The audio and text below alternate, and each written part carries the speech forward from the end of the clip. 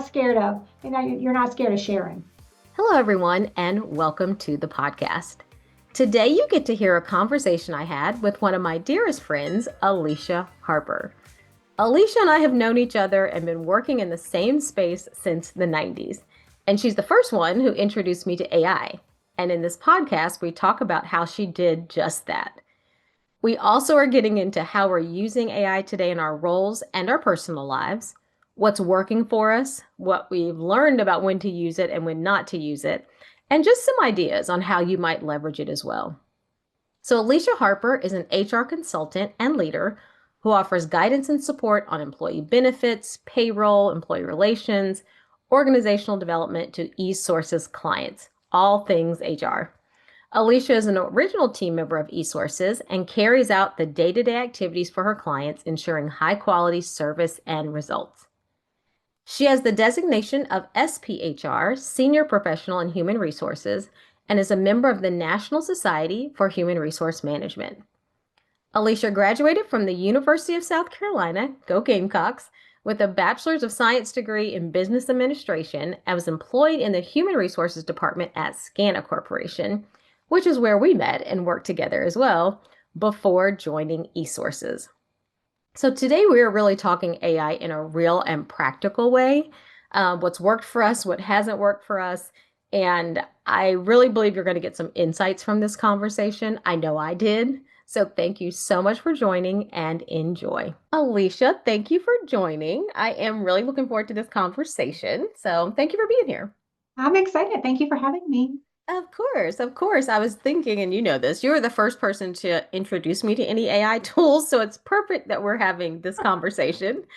And for audience sake, what Alicia and I talked about before this is like, we're not experts in AI. We didn't build an AI tool or anything. So what we want to focus on though is how we're actually using it in our day-to-day, just to give you ideas on how you might use it, how you might leverage it as a tool, and also just talk through what are some concerns about using it, some watch outs we see about using it. So you have some ideas to consider as you go forward. So thank you all for joining. And we wanted to start with, I think you and I talked about starting with like what's going on in the world today with AI. There's so many things. Like, I think a lot, I won't even say many of us, because I don't know that that's true. I'm going to ChatGPT this question before we get off, but I'm wondering what percentage of people are using tools, any kind of AI tools. But what I hear about is more of us are using things like ChatGPT, Perplexity, maybe Copilot and the Microsoft tools. I hear people using even Gemini as a Google tool, although I've not used that personally.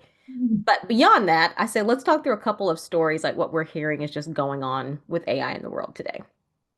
Well, today I literally saw, it was Amazon, must have did some big presentation, and they were showing a Ring camera, how now they have a new capability. If your dog is missing, you can post it on Ring and say, hey, Daisy's missing, and then it will go through everyone's Ring cameras.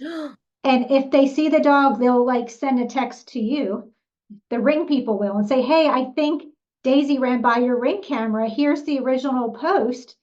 Is it a match? And then allow you to reach out to Daisy's owners to help find the dog, which is great and scary at the same time. I mean, if you lost your child or something, how great would that be? But also it can go into all your all your stuff. It also showed Alexa in your house, and someone will say, hey, Alexa, tell me what went on today at home. And they're like, oh, your child got home today at 3:00. There was some football out on the front yard. I noticed he hasn't fed the dog yet. Do you want me to remind him? And the guy was like, yes, please remind him to feed the dog, and then let me know by 5:00 if it's been done or not. And she's like, okay, I'll remind Arlene as soon as she comes in to feed the dog. I was like, wow. I mean, that's like a house assistant, a personal assistant. Yeah, that's kind of interesting. I agree with you, both interesting and scary, both of those. I think the Ring is interesting because I feel like I've known it's been used like by law enforcement before. Like they'll be like, oh, we saw this on a Ring camera. But I kind of thought they were getting that by going to each person or somehow putting a note on a neighborhood's page and saying, hey, if you saw this, let us know. Yes. The idea of making it searchable, like we're just going to put all this data out there that can be searched is I guess Ring searches it, not you. yeah. But still, it's hopefully there's a way to turn that off. But And I always wonder if that's even true. I don't, I don't know if you ever saw the documentary about Ashley Madison, but anyway, they had a button that you could push to delete your data, and it literally was like ding, and nothing and nothing was after deleted. you paid for it. They said it was deleted, and they did nothing behind the scenes. So I always wonder about those too. It's like, what do they mean by deleted? Like, is it really gone or not? I don't know. Yeah, I just saw those things this morning, so I haven't had a lot Wow. of time to do some deep dives into the research, but I was like, Hmm. oh my gosh, the person's dog was missing, and then they popped up on Arlene's ring camera. Wow. Yeah. Yeah, that is kind of scary. It's almost getting to the point where everything you do is recorded. You're just Hmm. living in a very public world all the time, even in your neighborhood. Okay, so the couple stories I had, I'd mentioned some of these to you. So one is this one has come out about the AI actress Tilly Norwood. And Its name. this AI creator has created an AI actress. Her name is Norwood. And I think what got everyone's attention is he said that several talent agencies were interested in acquiring her, like, as talent for their Mhm. particular productions or something. And they described her as kind of like a Scarlett Johansson, like an action-oriented, beautiful, action-oriented, physically fit person. And I saw some of the videos about her. And I heard perspectives on both sides of the spectrum, I guess. One side is like, this is terrible. She's going to replace human actors and human characters because the videos look absolutely like a Real. person. Like, I mean, Oh, it would be hard to know that this wasn't a person at one side. Um, and they're also, concerned because they said she was trained on human characters. So mhm. it's like, is that fair? You train them on me and then take it and I don't get anything from it. So kind of concern on one side. And the other side was almost excitement. Like, could this be the next animation? Like, we all watch animated movies. Sure. Avatar, all those, everything is Exactly. So what's the generative. difference? Yeah, between, kind of an animated movie. And I So I guess thought this that was person like copyright has licensing agreements for this character. That's fascinating. yeah, so they're talking about having some kind of yes, exactly, like licensing, copyright for this character. I'm sure they would do publicity PR for the character. I mean, they can't show up in person anywhere, but they could show up online a lot, which is how most of us see these celebrities anyway. I mean, how many times have you actually seen a celebrity in person? It's pretty rare Hmm. for movies. So that was one. And then the other one I saw was that the Albania has appointed an AI, the prime minister has appointed an AI cabinet minister, and her name is Delia. And he said the role of this minister is to make sure the government is free from corruption. And, in reality, it's kind of like part publicity stunt, part maybe some reality to it. So, the AI can't actually be a cabinet member because their constitution requires the person to be like 18 and a citizen. So you can't have a technology as a cabinet member. But what he's talking about using is putting in a place to oversee different agencies. He's trying to rid corruption. And so it would do things like review bids that come in for different work and review the quality and the objectivity of those different bids and make a recommendation. And then the AI tool could look at the recommendations you made, the recommendations it would have made, and identify, is there likely corruption in this system? So it's almost like a manager, like It is like like an an auditor AI, or exactly, like an yes, auditor, an AI compliance compliance auditor. manager, auditor, etc. And what I heard was kind of the same thing. On one side, people are saying it's absolutely ridiculous, a publicity stunt, like nonsense.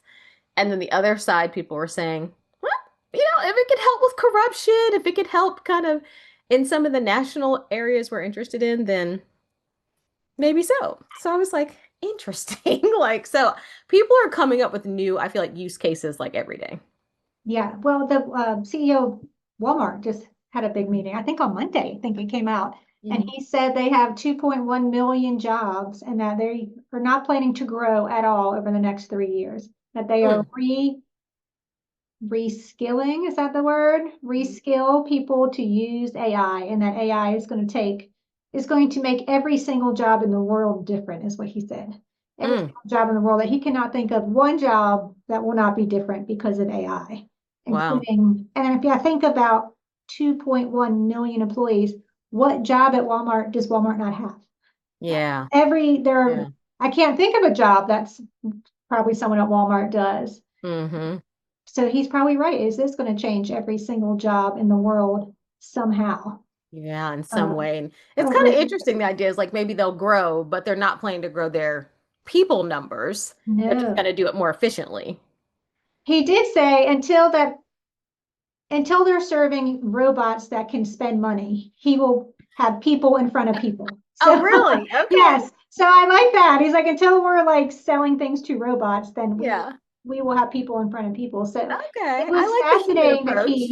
but so many other CEOs have come out as well. Oh, yeah. Amazon, IBM, supposedly IBM, I don't know, like 300 or 400 people in their HR department they let go because they say Yeah. 94% of their like day-to-day duties, writing performance reviews or coaching people are all done by their AI chatbot now. Yeah. Like Yeah. I know a that. lot of people are definitely, the layoffs are definitely spurred by a lot of this too. So it's interesting that the Walmart CEO is trying to take a different perspective around we're not losing people, we're just not going to add people.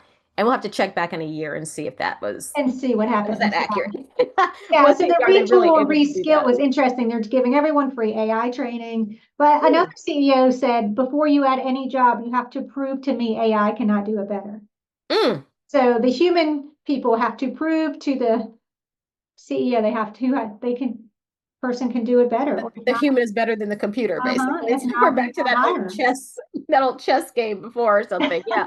Like who's better? I mean, I don't know. AI can do a lot. Like I'd be a little nervous about that competition, honestly. 100%. I'd be a I'm in little human resources. I'm nervous about I'd be a it. little nervous about that competition, honestly. Okay, so let me ask you this. I really learned about AI from you. Mhm. And I was thinking, I think it was the poem. I think you It told me was, about it it first. was the poem. Okay. So tell people about how, like, I'll tell people that story, then I want to hear how you got interested in it. But was it the Blue Pant poem Oh or was it yeah. the, okay. Uh-huh. It So was, I was going to an event and we were talking on the phone. And as I got close to the event, I looked down and I was like, oh, I was like, these pants were supposed to be black. They're blue. Like everything in my outfit was like matched with them being black, not blue. And I was like, oh gosh, I can't believe I have to go to this event. I look so crazy.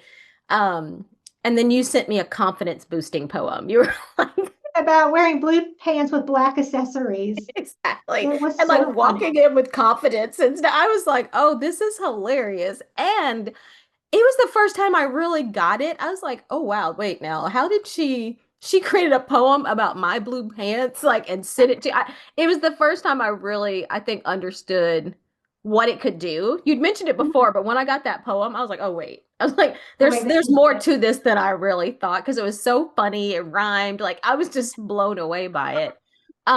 So like what first sparked your interest in getting into it? Because I was thinking that was a while ago. We were kind of on the leading edge of We just were on a starting to leading use. edge. Remember, we signed up before ChatGPT was still in beta, and we Hmm. got it for free, well, everything. So, I mean, this kind of goes hand in hand with younger generation. But I have a good friend of mine who's a high school teacher, and she Mm. teaches, I think, government, AP government, things like that. And we were all at a girls' weekend, and it probably in March of 2023, because I was trying to go back and remember. And she's like, "Oh my gosh, all of my students are using this thing called ChatGPT to write poems and do funny things." So she had it write a funny poem about my college girlfriends are and for our weekend, our mountain weekend, and it Oh, was hysterical. So then we all kind of downloaded it that weekend and started using it and writing, silly poems or haikus or whatever yeah. about each other. And the weekend, it was just fascinating. But she learned it from her students. So Mm. I think ChatGPT came out in like November of 2022. And Hmm. I know that we signed up within a few months of that, probably around March of the next year. And yeah, we were on because we got it for free for a long time, like the whole Yeah. shebang. Yeah, we did. We really did. And that was because of my friend and her students who were using it. So she started using it. But it was more for fun stuff, like help me write something that rhymes or an Yeah. invitation wording, things like that. Wasn't really using it for work. And so I remember telling you about it in the car, and you were like, "Oh no, I have black shoes and a blue pants," and you're going to like a ladies' leadership lunch. Yeah. So it was And of course, it did it in like 20 seconds, and I even texted it to you before you got out of the car. Exactly. That's why I was so impressed. I was like, wait a minute. You just did this in what? So, because I Yes. don't think I'd signed up before then, but after that, I was like, oh, wait. I was like, I was going on a trip that day. I remember I was in the airport and I was like, oh, no, no, no. I got to sign up for this. Like, I got to find out what this is about. Because I think that's kind of how it works. Like, once you get into it, you're like, wait, now, wait a minute. I know, I need this. What did you use it for at first? Mostly. Okay, so I looked it up. And the first thing I used it for, well, it's two things. It was also poems, because I think you shared a poem with me. So then I was Yeah. like, oh, I can do a poem. The first one was a poem to a couple that was like, they were leaving the area. And I was just Mm, writing in their card. And she's like a writer. And I was like, oh, she would really appreciate this. So I had it write a little cute poem about them, their time in Dallas and their move. Um, and then the second thing, this is how I know I was in the airport doing it, was a haiku for we did something with the Lost City or the Lost Kitchen. Remember, like there's this like it was the Lost Kitchen. We had to send in our postcard the to try to postcard. get reservations. Exactly. So I bought the postcard in the airport and I remember I had it right. So I was looking back because I still have all my chats from back then. And I had it write a haiku about the about the so I could get in this contest basically. Yes. But pretty soon after that, I noticed when I was looking at what I'd done, I started doing things like write my board minutes email. I have Mhm. a letter to write for a donation request. Like I started to realize, okay, if I can write a poem, why am I white sheeting all this other stuff that takes forever to write? Like, Mhm. so it didn't take long. Like, it was a few poems, and pretty quickly I was like, oh, wait a minute. Like, how can it help me be faster at some of this other stuff that's taking a really long time? Yes. Yeah. And it So, does such a good job taking your words and enhancing them, and or making them better. Yes, yes, making them better. more So, for did you have any hesitations or fear like when you first started using it? Were you I like, did think you think about any fearful way or hesitations or what? I think when I started using it for work, because personally it was fun, poems and Yeah. cards or whatever, it was fun. But when I started using it for work, my fear was like I was cheating. It wasn't like truly my creation. Mhm. Wasn't always my voice. I felt like I had to tell people what I was using, that it wasn't just me. So Yeah. that was really one of my fears about it, not being cheating and then losing my own voice.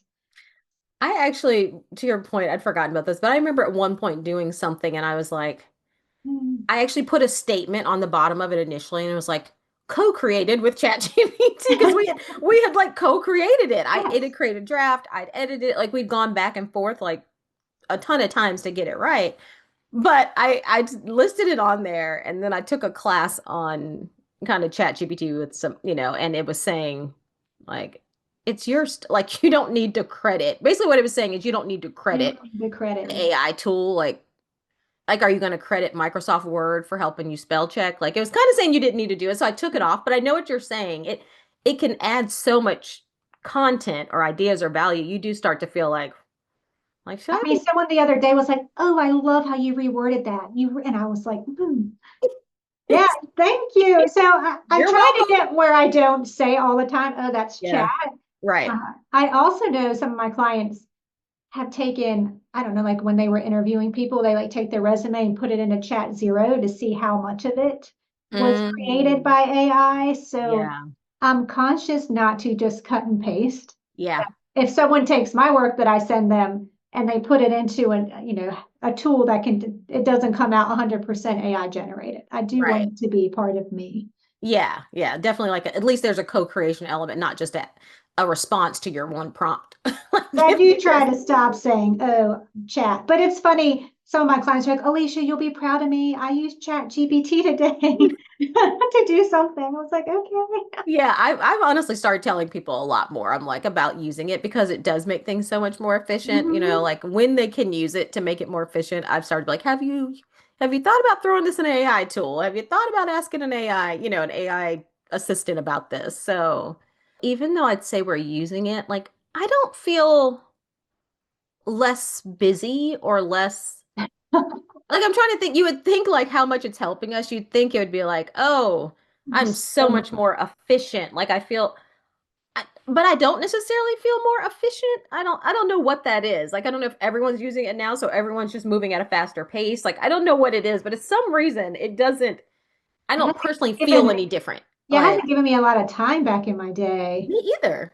I do also edit it a lot, so when I Yeah. have it design it, I still have to go in and edit it. So Yeah. maybe saving some time, but not a bunch of time. I mean, how do you use it the most in your personal and work life? Most helpful. Let's see, personal, I think definitely I've used it for menu planning, which I find really Okay. helpful. Like I'll say, I want to cook something for the week. I only want to use like two proteins, but I want different things, and I like Mediterranean or I like Mexican or I like whatever.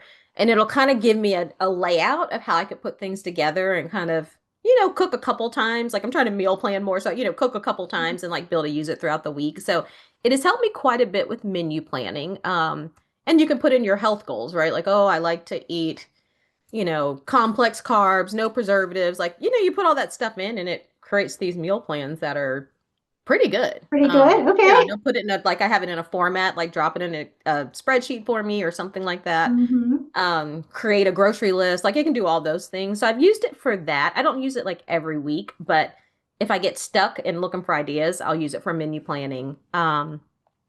Just yesterday, for the first time, I didn't even know it would do this. I'm thinking about doing some updates to my kitchen. And I'm thinking about painting the cabinets. So it's getting not me personally, but having someone paint the cabinets. And I was talking about colors with a friend of mine. So a friend of mine was over here and I was like, yeah, I'm thinking about this or that. And she was like, why don't you ask chat to like adapt the photo? Like take a picture. I didn't even know I Hmm. could do this. Take a picture of your kitchen, put it in there, and Yes. tell it to make the cabinets black, blue, white, whatever. And I it was did. like, yeah, so we did it. It's like a rendering I've gotten from designers before. Really? It totally did it. And it showed me like what it could look like the different colors could look like. And I was like, oh my gosh. So to your point about impacting different jobs, I was thinking like designers. And I was hearing like some people use it, say, hey, I like a modern design. Here's what I have. What rug would Yes. look good in here? And it'll give you like different options so that you can be like, oh, yeah, I like that. Then you should I just like, go buy it. So it's like really impacting the design world too. And I just use it for interpersonal dynamics. I know we've talked about this, just like, hey, I'm having this conversation, yeah. with Mhm. Kelvin or with a client or something, or I need to tell a client no about something, but like just give me the words to make this conversation go as well as it can. So I've used it a lot for that, and it's been really interesting. It's pushed back on me on some things that I thought were right, that I think were good. Pushes, like I was like, yeah, that makes sense actually. I shouldn't do that. So yeah, I use it for interpersonal, I guess like interpersonal help, coaching, I don't know, something like that too. I kind of been doing the same.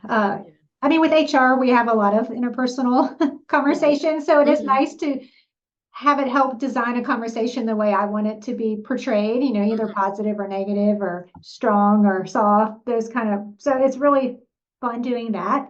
I also like to ask it to debate itself between Wait, two say more. different, yeah, so um, I don't know, I had to put a person on a performance improvement plan. And so I had a thought of why, and then I had a debate why this person would think. And then so kind of went back and forth on what her questions might be and her pushback and how I could answer it and why I thought this or that. So it helped me prepare, Mm, I guess, for the yeah, meeting. I mean, I couldn't have my notes in there, obviously, but right. it was like a debate team.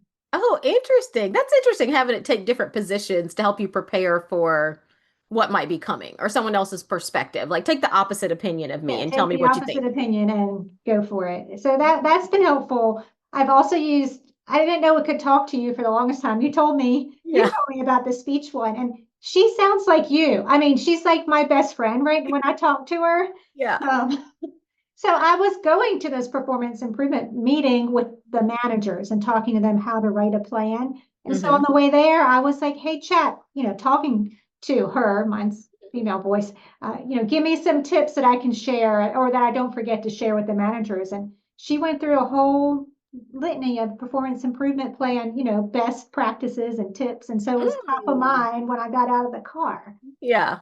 So Oh, like my personal HR coach. yeah, that's a good way to think about it. It's like you're kind of your own personal coach. Like it Mhm. really Yeah. does help you think through some of those things, like just in time for sure. Yeah. I was like, oh, okay, let me walk out right into this meeting. I have a whole, litany of things to say. So that Yeah. was good. Other thing I use it for personally is to help my child with homework.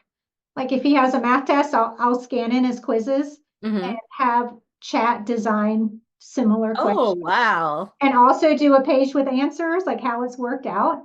So that there's just different ways for him to practice because I don't know how to do math anymore. No. Right.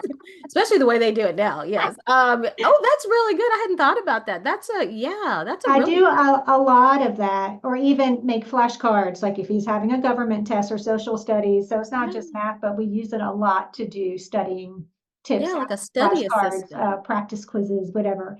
And he thinks it's cool to use it. Yeah, that's such a good use of it. Personally, I really hadn't thought about it for just not probably not being in the school setting so much, Yeah, but with Lauren being so much older, but that is so, yeah, that's a great study tool. it's really helpful because the kids don't have books anymore. So it's not like Right. you can go through a book and look at their practice questions or practice tests. So we kind of Yes. make up our own. And it's Yeah, pretty because that good. Like it's pretty similar. yeah. Oh, that's so good. Because that was actually one of my biggest frustrations with Lauren in school. I was like, where's the book? Where's the There's the example? book. How do I help you with this? Like, I couldn't access anything to help. So that's a really good idea. Okay, I love that. Um, so what do you think it's like made easier for you? I know we were saying like we still feel as busy, which I got to figure that out. I don't know why. Maybe it's my own management of my time, but like what do you think it's helped with the most, like made most easy for you? For me, it's writing, drafting, designing, creating, kind of taking my voice and my ideas and then enhancing them. Mm-hmm. So it makes me feel more creative than I am. But Hmm. for me, it's just giving ideas and different ways to word things. That's Uh-huh. how I use it the most. Yeah. Yeah. Sometimes I ramble on emails and I'll put it in chat and say, make this more concise. And Yeah. Make this crisper, make this more concise. yeah, friendlier, positive, whatever words I want. And so it does Mhm. it for me. And I guess I don't have to think that much about it. Yeah, it definitely I mean, could do the tone you want for sure. yeah, so for me, that's where it's really helped, especially Hmm. designing. I do a lot of job descriptions and their interview guides and Mm, things like that. I think I can use it more with my schedule, with like we talked about Copilot, more as an assistant to keep me yeah. on track. Hmm. So I haven't tried those things yet, but that's on my bucket list to try next. Right. Yeah. What about you? What saves time on your You end? know, I think you're right. Definitely the writing part, the editing part, of different documents or emails, etc. I definitely use that. Um, it's kind of become my Google as well, like where I used to Uh-huh. look for information for things, just quick like summaries of information, like what are the pros and cons of this medicine, or Mhm. um whereas when I would look in Google, what I found is like first you got to find the article you want, then I would click on multiple articles to Yes. see what do they say, you're trying to find a good source, etc. So in some ways that may have been better, but now I'll just ask chat to summarize it for me, like what are the pros and cons of this, or what are the pros and cons of a double oven, like since everything from medical to like home stuff to any kind of choice I'm making, if I'm looking for a pro and con to make a decision on something, I'll ask it to tell me, kind of like your debate method, but more like the Uh-huh. pros and cons of a choice or a purchase I'm going to make.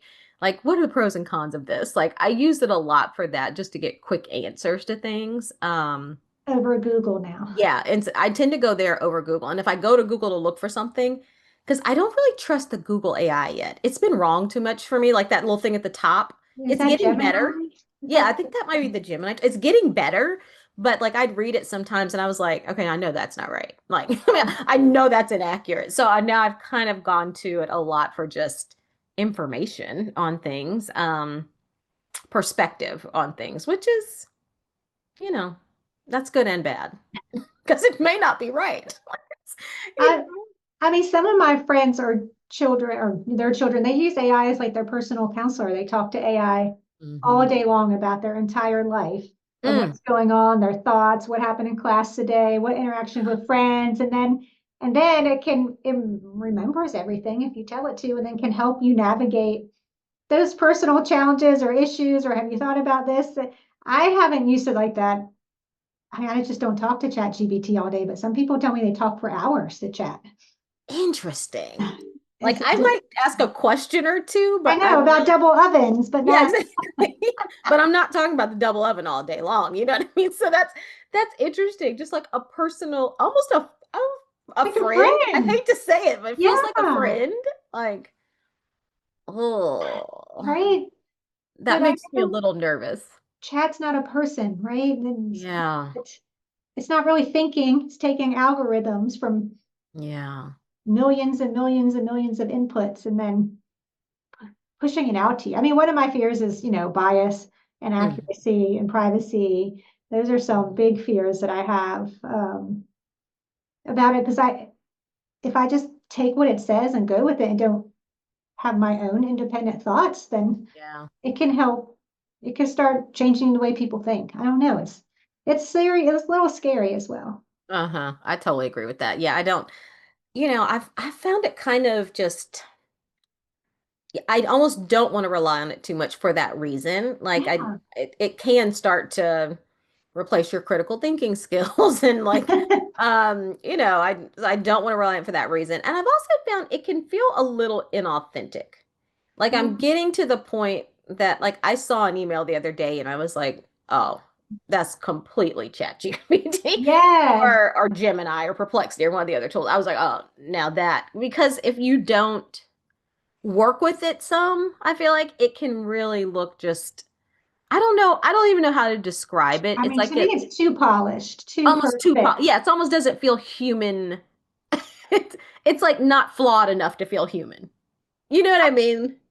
One of my clients, one of their employees wrote a 5-page like rebuttal to something, and they sent it to us, and it was extremely well written. Yeah. And my boss was like, they're talking to someone, like to a lawyer or something. Yeah. And I was like, that looks like AI to me. It's Yeah. like, how can you tell? I was like, oh, we can put it into Chat Zero, and it will Yeah. tell me how much of it is AI generated because it was just Mhm. too perfect. Yeah, too perfect, too well written. And it Used kind too many. of leans towards certain words like accelerate, innovate, drive. Like it kind of has these, I don't know, like almost if you took all the corporate words and like Yes, and put them put in it all a in top there. 200 list, it's like it pulls from a lot, probably because when you go search the internet, that's what's out there, in terms of written material. So there is something about it that just is like, no, there's some lack of authenticity that I can definitely pick up on more and more. Is there any Um, places you don't use it I've stopped where it using falls it short?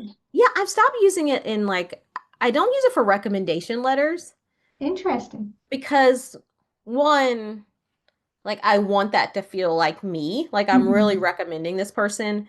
And I was writing one time and I had it drafted and I just really didn't like it and it felt, I don't know, it just felt disingenuous, I guess. I don't know. So I don't use it for recommendation letters anymore because I didn't like it and I felt like it wasn't personal enough. And I was like, if it feels inauthentic to someone reading it, then like how much weight is that going to carry in their Right? recommendation, right? Yes. So I don't use it for that.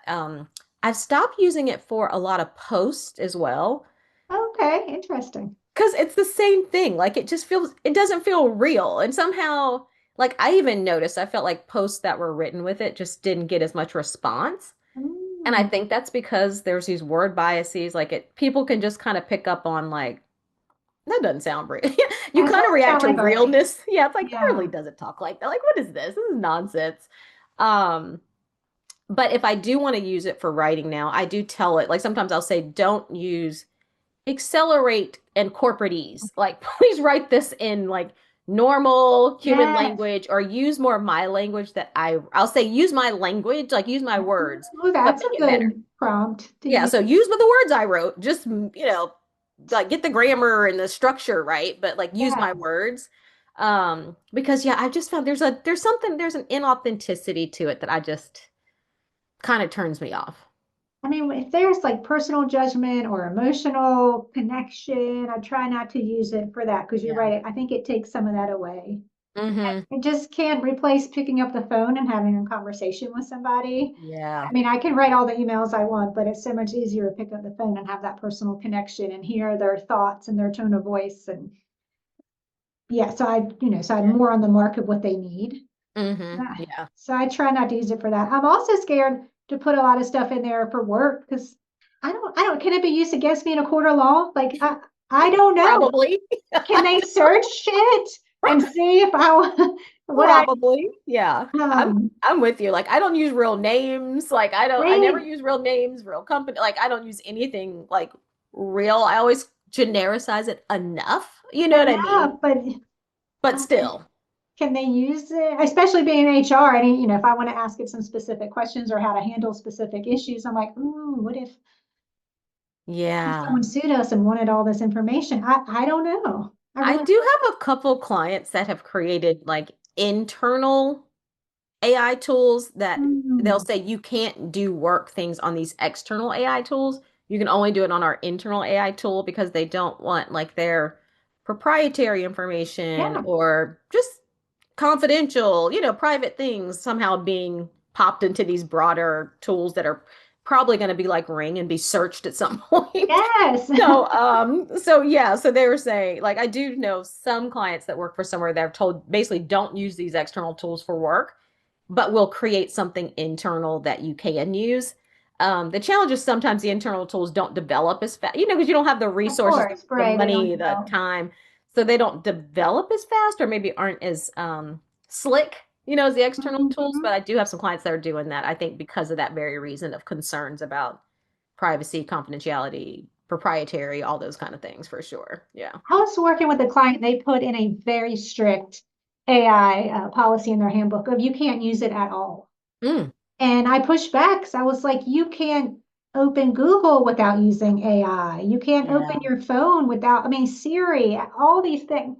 Like encompasses such a large Yeah. amount of things. I was like, there's just no way possible. That would be hard to govern. You're right, because it's embedded in so much now. I mean, Yeah, it's almost no application, computer application that it's not somehow embedded in or coming really soon. It's just absolutely.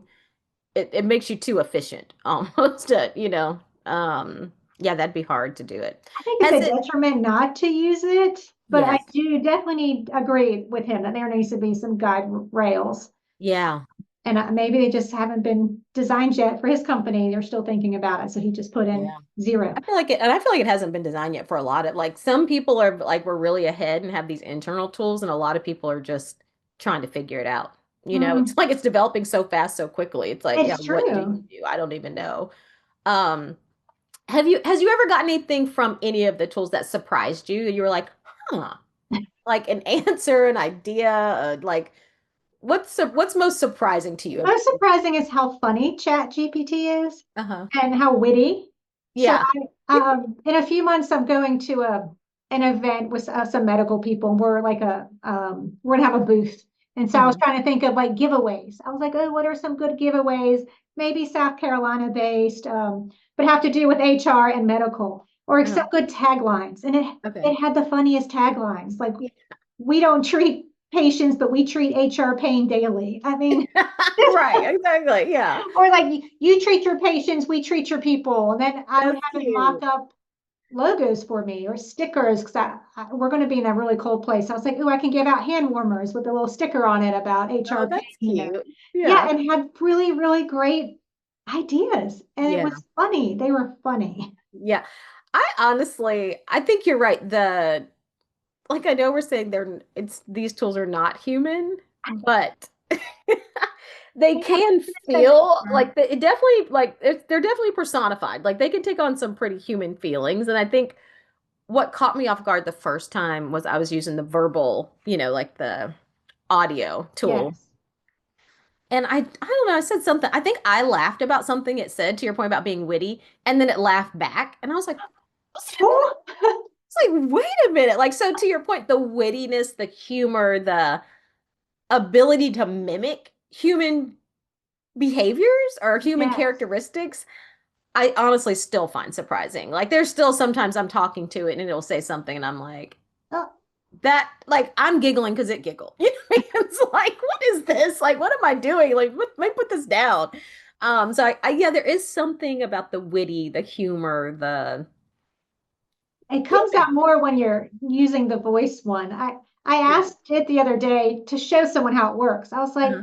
chat, give me some ideas for a Starbucks drink, my Starbucks drink order. I want something warm and with caffeine. And she Uh-huh. was like, oh, Alicia, I love a warm, cozy drink too. Can't you just imagine being by a fire? And I was like, wait a minute, this is like talking to my friend. Yes. She's like, I think I would really enjoy a chai tea latte. And then she went to explain her different options. And it wasn't just bullet points. It was Yes. it was trying to have feeling and yeah, ideas behind it. So Yeah. it was I I mean, think the that's person in the car it. with me, mouth just dropped open. But Exactly. I think so. I think that's part of it. Like it's not human, but it really does personify humanity hmm. well. Like it is better than you would expect. Even now, even though I've used it, I still will get surprised and be like, wow, that actually that actually did connect with me, honestly. Have you learned anything about yourself, do you think, or your work? Like what do you think you've has it taught you anything about you or I how mean, a you work? positive way. It taught me I have a lot of good ideas. I just need have someone to help me focus them, Yeah. especially with like design. I'm not the best with drawing or designing, or I mean, I've used Yeah. Canva a little bit, but it's nice to say, oh, hey, here are my ideas. Help Mhm. enhance them for me. Help with my productivity. Help with that kind of thing. So I'm like, okay, maybe I do know what I'm talking about. Oh my God. I would say the same thing. It is a bit of a confidence builder. You're like, because I've dropped a couple emails in and be like, hey, make it better. And I'm like, that's not much better. Like, I mean, I pretty much had that written Yeah, right. you're like, no, I kind of had that. Yeah, I kind of And had it's a lot about shaping and editing and guiding, and those are the things I already do. So, yeah. and not creating Mhm. the wheel, not I don't have to create content from scratch anymore, Mhm. and don't have to spend the time doing all the research on it. So, but I do feel like I'm on the right track most of the time. Yeah, I agree with that. I agree with that. I felt like that too. Oh, okay, I pretty much had that. Like it'll add nuances here or there. Not the double oven thing, but work stuff. And yeah. You'd be like, I'm yeah, like, okay. no, okay, no, that's what I thought too. Yeah, I kind of got it. But then Yeah. I'm like, well, then why did I have to ask chat? I should have just done it. And And I I don't think want to rely on it too much. I mean, right. I that think I've stopped doing as many emails because of that. Because I got a couple emails back and I was like, okay, it's like you can write an email. yeah, So you can just kind of write. You don't have to ask it about every little email you do. So if it's a big one or a complex one, I might, but I don't use it as much for that anymore because of that. I was like, okay. I mean, it might do a couple things around the edges, but it's not worth it. Like it's not even worth the time. It's like, okay, you got that. yeah, I mean, I want to keep it in perspective and use it as a tool, not Yeah. as a replacement for my thinking. Yeah. Even though IBM said it can replace 94% of my job. It's a Um, really big percentage, actually. yes, it is. Yes, it is. So, I mean, I don't want to get lazy and I don't want to use it for everything. And I do find myself saying, oh, I'll just have chat write it all. And I'm like, no, no, you can sit Yeah. here and write it and then have chat maybe enhance it or edit it or whatever. Yeah. Yeah, for sure. I don't know. What concerns do you have about using it too much or taking over all your thinking? Yeah. I mean, I think that's the concern. Like I don't want to use it too much because of that, because I realize it is trained by basically searching the internet. So the internet isn't necessarily a great place all the time. So I don't want to inform too much by that. So I try to keep it in balance in terms of how much I use it. I definitely have concerns about the privacy aspect, which is why I Yeah. don't use real, unless it's something that doesn't matter, like my meal plan. Like I don't use real names, I don't use real companies, I don't use real anything, because I don't trust, even if they say like there are some toggles on a lot of the tools where you can say like don't use my data to train your model, but Mhm. I don't necessarily believe that, like what Right. does that even mean? There's probably some small print underneath that says except for. Except for, So I think the privacy is definitely a concern. And then I do worry about education. I'm teaching this class this semester, and because it does so much in writing, summarizing, it can really mimic good critical thinking. Like Are I they? fear you could kind of go through school using, like, become an expert on AI tools and not really develop your good critical thinking skills. Like, I feel like, when I went to school, I might have learned, the experience might have forced me to learn more Mhm. than students in college today, just because it makes some of the things that took me so much time so much easier. So I don't know. I have a concern about the education. Like, what is this going to do to the next generation Right, of you're true. It's hard. thinkers, you know? My kids want to use it, and Yeah. it's against the rules at school to Okay. use AI. Okay, good. So, they're not using it on their computers, but mom maybe could use it on her computer. And so if we Exactly. do use it for their schoolwork, it's to get ideas, just like if you would Google, give me Okay. some Yeah. ideas about whatever book they're reading. So I Mhm. try to have idea generation and then let them flesh it out. But Yeah. it's like, no, you can't copy it word from word. So I, Right. I don't even, for me, I try not even to show it to them. I'm like, okay, let Yeah. me let me give you some thoughts on here. Just Chad, like what should I do about so they're like, let me give you a couple thoughts to go I do. with. I was like, tell me about, give me the, and you can also, one of my children are eighth grade. So I'm like, Yeah. in the words of an eighth grade boy, Right, right. right? Give me some ideas about Exactly. this book we're reading. And so when I Yeah. talk to him, it's more in line with his thought process. But I try not to let them. Yeah. And now with my senior, I can't. He's doing whatever he wants to do. School can Yeah. handle whatever problem. But Yeah. yeah, right. But my other side of that is how can they make it completely against the rules? Because AI is where we're going. So Yeah. somehow, and I know they fight with that dilemma as well. So somehow they're going to have to marry the two. At some point, they absolutely will. I do worry about that. Like, I know, like in Texas this year, they banned phones in school. Yeah. So, you have to, oh, you all have the same thing. Okay. So, Hmm. like, at least they're in their bag. So they're using, the digital tools they're using are like approved school tools, which I'm sure give you access to certain things, but maybe not access to others. So I Yes. kind of like that. I was like, that kind of puts a little bit of a bubble around the educational environment so that, so that you can do what you're there to do, which is like to learn, to interact with others, to really critically think, to, Hmm. develop your own thinking skills. So I actually did kind of, I was like, I get that. Like, I think that's an interesting, worthwhile experiment to try. Like, they're trying it this school year, and I'm like, that's a worthwhile experiment to me. Yeah, they started that just recently at our school. Well, Okay. the young kids and the middle schoolers were never allowed to have their phones out, but Hmm. high school was allowed to have them all the time. And then Okay. this year they stopped it. And the Oh, they kids don't did. like it, and they've kind of found ways around it because Okay. they give everyone MacBooks. If you have an Apple phone, you can connect your messages to that. Oh, true, Um, true. they also do like Google Sheets, so they can, you can go your Google Sheet and they can kind of text that way. Oh, wow. I do try to explain to them if they hook their messaging apps up to their MacBook, the school can see everything on it. They can see all your messages now to all That's your definitely a friends. downside. And they try to find ways like VPNs to get around the firewalls and all that. Mm. But overall, it's been pretty good. And I know my high schooler has to write all his papers in class. They don't let you take them home. You don't get to edit them at home. Oh, Everything's that's in class. good. So I they love know. that. That's Because how then they've you're gotten around it. confirming you really have the writing skills you need, Yes. as opposed, you know what I mean? Like, I love that. I think that's a really good idea. It's almost gonna force education back to a bit of a more analog model. Like, you almost It have to is. kind of They have to literally handwrite it on a piece yeah. of paper. Oh, I And love that.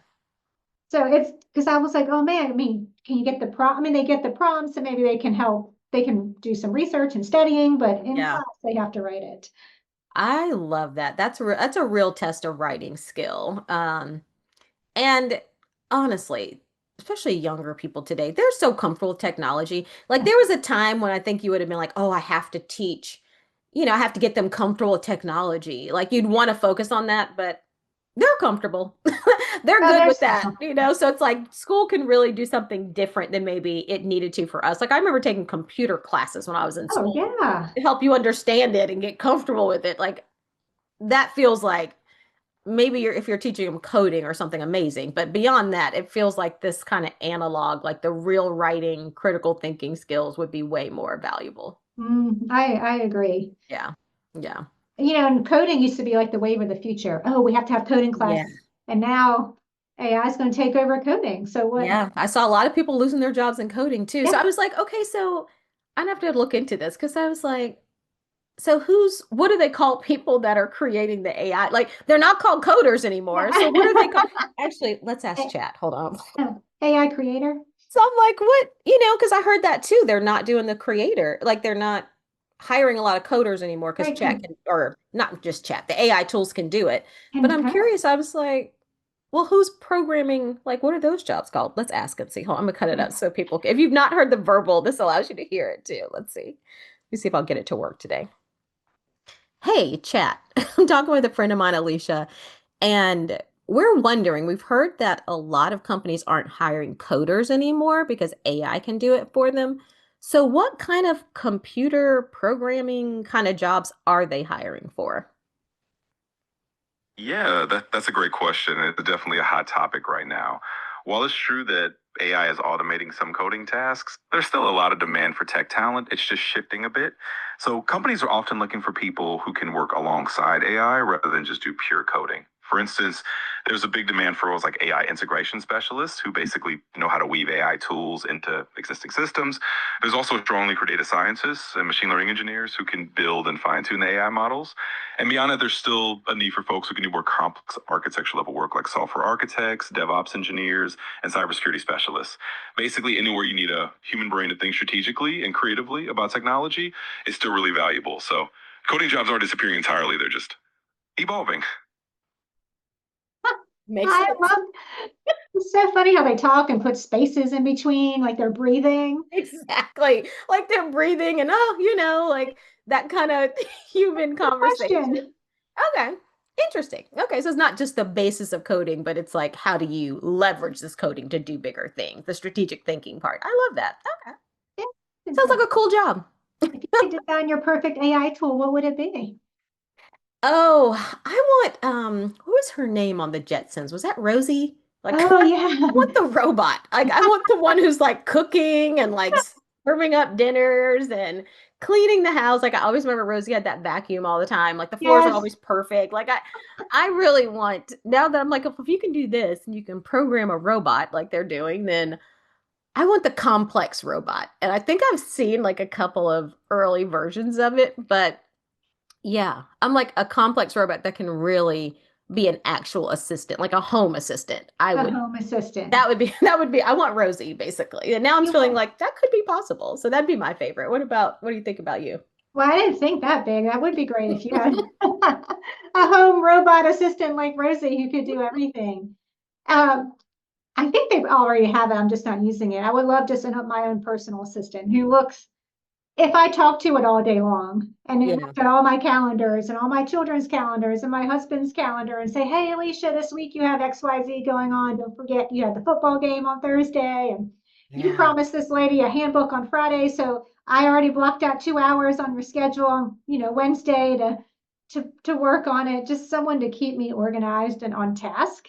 And Yeah. I feel like it's out there. I just probably haven't put them all together.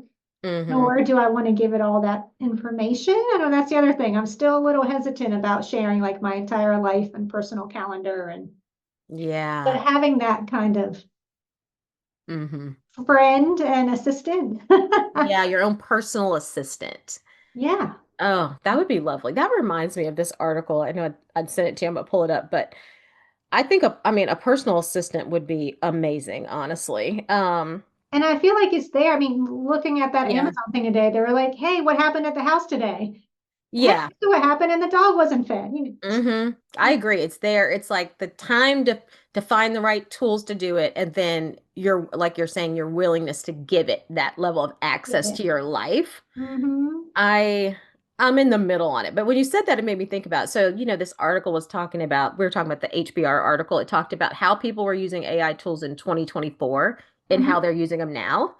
And 2024, the top three were generating ideas. Okay. Number two was therapy and companionship. And number three was like a specific search, which I think is kind of like that Google, tell me about this, like tell me about the double oven kind of Yeah. thing.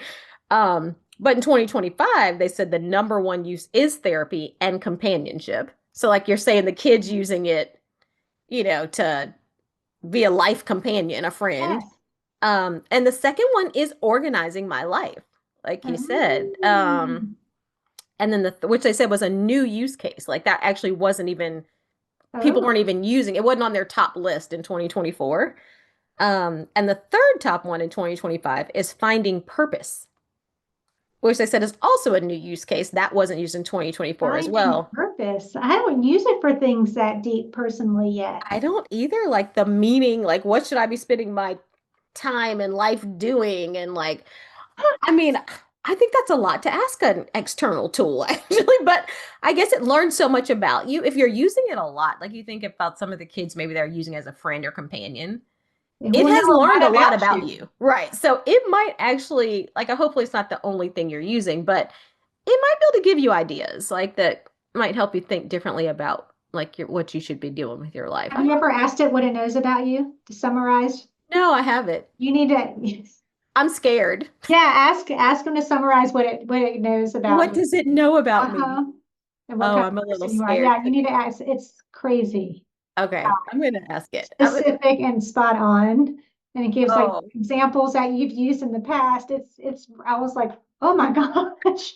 you know too much. You know Alicia pretty well, actually. Oh, you know too much. Okay, after this, I'm gonna ask it that for sure. Yeah, I'm too afraid to do it no, live. don't do it. I don't even have to edit that out. Neurotic. You really worry too much.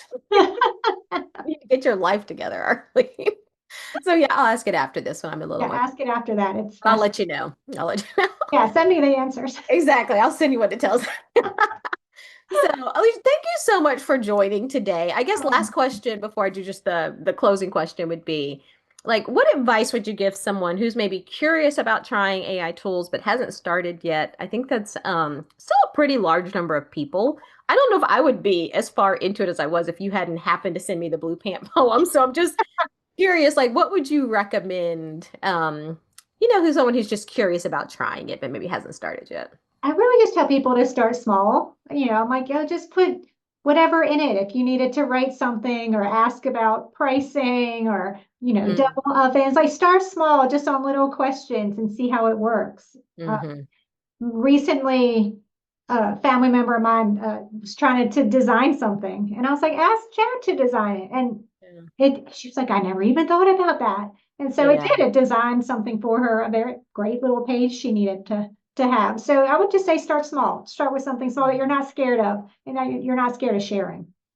Yeah. Yeah, Yeah. That's a really good point. And I think you're right. That might be why the first uses were so fun, like when we were starting, because it's like we weren't sharing any major things with, you know what I mean? Like you're just kind of dipping your toe in the water on something fun, like something you're not nervous about. Um, I was it trying to kind of convince shows my you the mom to path. use it, and we're traveling soon. I was like, put asking to make an itinerary for you, and she was like, oh my gosh, this is great because Chat made an itinerary and put it in a little page she could print out and put timing and website she could go to. So Oh, that good was idea. something easy and also helpful. That's a really good idea, actually. Yeah, I'd be curious. Maybe I have to do this conversation another, like once a year or something. I'm really like there's so many uses for it now that when we started using it in 2023 or whatever, I Right? couldn't have even imagined. So it's kind Yeah. of I'm really curious about where this is going, like and what we I, might be leveraging it for I want to years start from now. using like Copilot Yeah. and somehow putting it with my work. I have clients who like record all their meetings, so then it will hmm summarize it and send meeting notes and put task to-do list on your calendars. And Yeah. so that's a lot of information it's gathering. That's Yeah. always what's scary about it. Yeah, that's on my list too, to kind of fully leverage Copilot as a tool and Mhm. figure out what it can really do. Because I'm just like playing with it now, here and there. And it's helped me with a few things, but I'm really early on in it and I haven't used it across tools. Like I don't know I've gotten the real power out of it, but Yeah, I I do know I plan have. to. And I guess I can ask it, what's the best way to use you? Like, you know what I mean? Like, what can you really do for me? I What's probably need to take some training classes on it as well. yeah. Especially with HR, the best way to use it in my industry and how it can enhance our business and my clients' work. Yeah, that definitely helped me too. I took a class on it and it gave me an understanding of the power of it and how to Mhm. leverage it. Like I think that was really helpful for me too. Yeah, just kind of someone who's further ahead, kind of telling me like, here's what you could do. It was like, oh, okay, that's good actually. So yeah, I think that would be helpful too. Okay. Welcome to Anelra. Have you ever thought about unlocking the full potential of yourself or the leaders in your organization? Imagine the impact of executive coaching. Ready to transform your leadership impact? Visit us at www.anelratalent.com. Anelra, coaching solutions that work. Well, thank you so much for joining. Last closing question that I do on Yes. all the podcasts Oh, okay. recently is what do you personally do to work well and live well? Mean, like create a meaningful life for yourself? Like what's something you do more consistently to do that? Well, I really love my job. I love coming in and working and my coworkers and my boss and my clients. I think it's awesome, but obviously I try to balance it well with family and friends and AI, watching TV and going on my phone. Productivity is important to me and working as best as I can and as well as I can for others. But, presence is most important. So just Mm. being present with my people, either here at work or at home is how I try to live well. Yeah. Yeah, I love that. I've been really trying to get better and better at that over the years too. Like that's and there's so much joy in that too. It Like is. there's, you know what I mean? It's like honoring other people and it's just so much personal joy in that too. So, I do try to reach out and call people. yeah. No one calls anymore. I'm like, well, if I haven't talked to Arlene in a month, We call. I know. It's like, let me call her on the phone and not just text and say, hey, which sometimes that's Mhm. great too. But Yeah. I try to have that personal presence when I can. Yeah, yeah. I love that too. I appreciate your calls so much. So, Thank thank you. you so much for joining. We hope you all enjoyed today's discussion. We'd love to hear from you on how you're using AI, what your thoughts are about it. Are you in the category of like, absolutely, you've integrated it into your life? Are you in this kind of middle ground, in terms of like using it for certain things? Are you in the ground of like, you're not comfortable with it yet? You're not sure you want to use it? We'd love to hear from you. So let us know. Thank you for joining and be well. Thanks for listening to the Work Well, Live Well podcast. If you're ready to grow as a leader or as an organization, head to enelratalent.com. That's ENELRA talent.com to learn how we can support you. Like what you heard? Follow or review the show so you don't miss what's next.